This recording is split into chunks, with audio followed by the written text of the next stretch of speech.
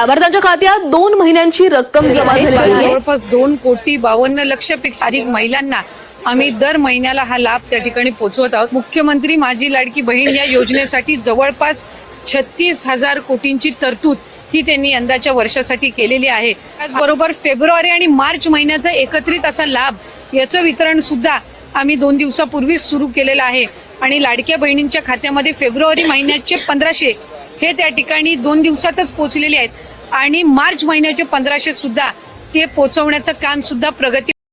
लाडक्या बहिणीसाठी अजून एक आनंदाची बातमी येत आहे आणि अनेक लाडक्या बहिणीच्या मनामध्ये संभ्रम होता की मार्चचा हप्ता कधी जमा होईल।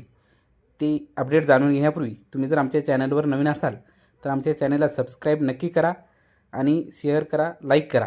चला तर मग आपण जाणून घेऊया मार्चचा हप्ता कधी जमा होईल। मार्चचा हप्ता जमा होण्याची जी तारीख समोर येत आहे ती 15 एप्रिल 2026 पूर्वी हा हप्ता आपल्या खात्यावर जमा होण्याची दाट शक्यता वर्तवली जात आहे आणि ज्या लाडक्या बहिणीची KYC अभावी हप्ते जमा झाले नाहीत त्यांना फेब्रुवारी, मार्च आणि एप्रिल असे 3 हप्ते एकत्र जमा होणार। अशाच माहितीसाठी चॅनलला सबस्क्राईब नक्की करा। धन्यवाद।